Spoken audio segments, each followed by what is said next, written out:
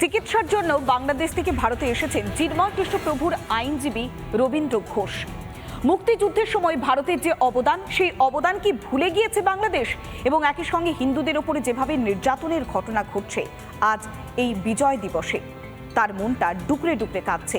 খানিকটা হলেও আশাহত আইনজীবী তথা সমাজকর্মী রবীন্দ্র ঘোষ। শুনুন। মুক্তিযুদ্ধ স্মরণে ওপার বাংলায় নেই আগের সেই উচ্ছ্বাস। ইউনূস ও তার চালাদের দৌলতে বাংলাদেশের ইতিহাস থেকে যেমন মুছে দেওয়া হচ্ছে শেখ মুজিবরকে, তেমনি উধাও মুক্তিযুদ্ধ উদযাপনে বঙ্গবন্ধুর ছবি বা বক্তব্য। বাংলাদেশ থেকে বিভিন্ন প্রয়োজনে সে দেশের যে সমস্ত বাসিন্দা ভারতে এসেছেন, তাদের গলায় তাই আক্ষেপের সুর। চিকিৎসার জন্য বাংলাদেশ থেকে ভারতে এসেছেন চিন্ময় কৃষ্ণপ্রভুর আইনজীবী রবীন্দ্র ঘোষ। ব্যারাকপুরের রিপাবলিক বাংলার মুখোমুখি হয়ে আক্ষেপে ঝরে পড়ল বাংলাদেশের সুপ্রিম কোর্টের আইনজীবী তথা মানবাধিকার কর্মী রবীন্দ্র ঘোষের গলায়। বললেন, মুক্তিযোদ্ধারাই আজ বাংলাদেশে নিগৃহীত।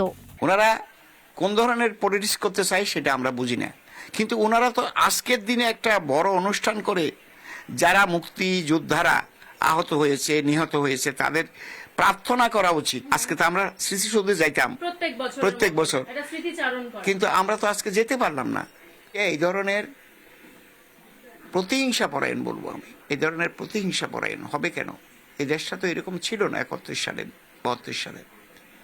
আমাদের দুঃখ হয়। 21 দিন ধরে বিচার না পেয়ে জেলে আটকে রয়েছেন চিন্ময় কৃষ্ণপ্রভু। প্রতিবাদী বাংলাদেশের বর্তমান প্রশাসকের বিরুদ্ধে ক্ষোভে ফেটে পড়লেন রবীন্দ্র ঘোষ।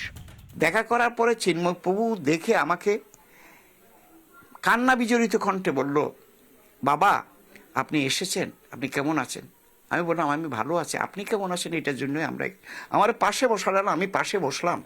কিন্তু ওখানকার কীরকম ট্রিটমেন্ট আমাদের প্রতি করলো, যারা ডেপুটি জেইলার বা সুপারিনটেন্ডেন্ট যারা এসছে, তারা ওনারা রেকর্ড করছে আমরা কি বলছি, অথচ আমরা রেকর্ড করার আমাদেরও অধিকার আছে মানবাধিকার কর্মী হিসাবে, অথচ আমাদেরকে রেকর্ড করতে দেবে না। আমরা প্রতিশ্রুতিবদ্ধ যে যে কোনো অত্যাচার নিপীড়নের বিরুদ্ধে আমরা লড়ব। 16ই ডিসেম্বর 1971 সাল মুজিবুর রহমানের হাতে বাংলাদেশের স্বাধীনতা তুলে দিয়েছিল ভারত। সেই ইতিহাস ইউনূস ভুললেও ভারত ভোলেনি। ঐন্দ্রিলা ঘোষের রিপোর্ট, রিপাবলিক বাংলা। নরবরে বাসের সাঁকো, আর তার ওপর থেকে নিত্যদিন যাতায়াত করছেন সেখানকার বাসিন্দারা। সাইকেল চলছে, বাইক চলছে, এভাবেই দিনের পর দিন ঝুঁকিপূর্ণ যাতায়াত করতে হচ্ছে উত্তর দিনাজপুরের গোয়ালপুকুরের পামুলবাসীকে। বারবার প্রশাসনকে জানানো হয়েছে, কিন্তু তারপরেও টনক নড়ছে না। আর কতদিন এইভাবে প্রাণ হাতে নিয়ে তারা যাতায়াত করবেন, এই প্রশ্নটাই তুলছেন গ্রামবাসীরা।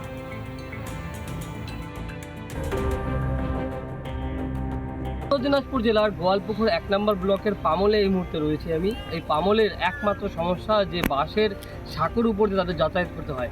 প্রায় 10টি গ্রামের বাসিন্দারা এই যে আমার পেছনে যে বাসের সাঁকো রয়েছে তা দিয়ে কিন্তু পারাপারি করে। বছরের পর বছর জীবনের ঝুঁকি নিয়ে এভাবেই পারাপার করেন গোয়ালপুকুরের পামল এলাকার বাসিন্দারা। গ্রামের বাসিন্দারা তারা নিজস্ব তহবিল থেকে টাকা দিয়ে কিন্তু যে বাসের পুলে বানিয়েছে, তেমনই কিন্তু মাটিও ভরে দিয়েছে। বারবার পাকা সেতুর আবেদনই সার। ভোটের সময় গাল ভরা প্রতিশ্রুতি, আর ভোট ফুরলেই নেতারা ডুমুরের ফুল হয়ে যান বলে অভিযোগ স্থানীয়দের। যাতায়াত সমস্যা, এত সমস্যা হিসাবের বাইরে। যে কোনো মুহূর্তে পড়ে গেলে তো বড় বিপদ। 2-4 জন পড়েও গেছে, হাত পা ভেঙে গেছে, কত সমস্যা। একজনের তো গাড়ি খারাপ হয়ে গেছে। এটা বিরাট সমস্যা। আমাদের 5-7টা গ্রাম, কত 2000 লোক, আমাদের অসুবিধা হচ্ছে পারাপার। ছেলেপেলে স্কুলে যেতে পারে না, ছেলেপেলে অসুবিধা হচ্ছে, স্কুল বন্ধ হয়ে যাচ্ছে, মানে যেতে পারে না, এই গাড়ি পার করা যায় না, খুব সমস্যা। কেন আজও তৈরি হলো না খালের ওপর কংক্রিটের সেতু? মন্ত্রী সাহেবকে বলা হয়েছে, আমাদের জেলার যে সহকারী সভাধিপতি আছে গোলাম রসুল মনিদা, ওনাকেও বলা হয়েছে, এবং আমাদের ব্লক প্রেসিডেন্ট, ওনাকেও বলা হয়েছে। ওরাও চেষ্টা করতেছে, কিন্তু ওখানে একটু কী সমস্যা আছে সেটা বলতে পারছি না। কবে কমবে হয়রানি? কবে বাসের সাঁকোর বদলে পাকা সেতু পাবেন পামলবাসী? আশায় দিন গুনছেন এলাকাবাসী। পামল থেকে তুষার বিশ্বাস, রিপাবলিক বাংলা। ফিরহাদ হাকিমের বক্তব্যের কড়া নিন্দা তৃণমূলের। সংখ্যাগুরু সংখ্যালঘু বিতর্কে এবার কড়া বার্তা তৃণমূলের। ফিরহাদের বক্তব্যকে সমর্থন করে না দল, দলের আদর্শের সঙ্গে ওই বক্তব্যের কোনো যোগ নেই। দল শান্তি, ঐক্য এবং সাম্প্রদায়িক সম্প্রীতির পক্ষে, সামাজিক কাঠামোর পক্ষে ক্ষতিকর কোনো বক্তব্য কেউ করলে কঠোর ব্যবস্থা নেওয়া হবে। সোশ্যাল মিডিয়ায় বিবৃতি। তৃণমূলের সর্বভারতীয় পক্ষ থেকে এবার এই মন্তব্য করা হয়েছে। সোশ্যাল মিডিয়ায় বিবৃতি দিয়েছে সর্বভারতীয় তৃণমূল কংগ্রেস। রাজ্যের মুসলিমরা একদিন সংখ্যাগুরু হবে, এক অনুষ্ঠানের মঞ্চ থেকে এমনটাই বক্তব্য রেখেছিলেন ফিরহাদ হাকিম। ঠিক কি মন্তব্য তিনি করেছিলেন শুনুন একবার। बंगाल में तो हम 33% हैं, मगर हिंदुस्तान में भी हम सिर्फ 17% है और हमें माइनॉरिटी कम्युनिटी कहा जाता है। मगर हम अपने आप को माइनॉरिटी नहीं सोचते हैं।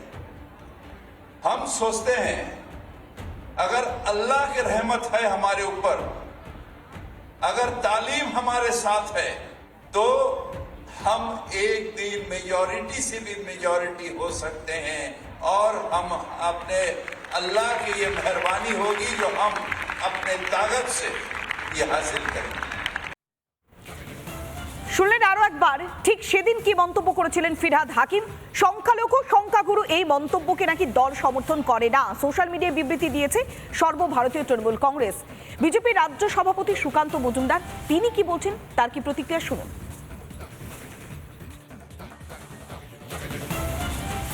মুখ্যমন্ত্রী এটা হচ্ছে কেমোফ্ল্যাজ, এটাকে আল তাকিয়া বলে ইসলামের ভাষায়, অর্থাৎ কিছুদিনের জন্য মানুষকে বোকা বানানোর বুদ্ধি। মুখ্যমন্ত্রীও চাইছেন যে এই যে ভোট ব্যাংক অর্থাৎ সোকল সংখ্যালঘু, আমি মনে করি না এই মুহূর্তে পশ্চিমবঙ্গে মুসলিমরা সংখ্যালঘু, তারা দ্বিতীয় সংখ্যাগরিষ্ঠ, তাদের সেইভাবে বর্ণনা করা উচিত। এবং মাননীয় মুখ্যমন্ত্রী চাইছেন যে এই ভোট ব্যাংকটা বাড়ুক, এবং সেই জন্য তিনি যখন সীমান্তে কাঁটাতারের কথা উঠছে, যখন ল্যান্ড পোর্টের জন্য অর্থাৎ বিএসএফের পোস্টের জন্য জমি চাওয়া হচ্ছে কেন্দ্রের হোম মিনিস্ট্রির তরফ থেকে, মুখ্যমন্ত্রী দিচ্ছেন না।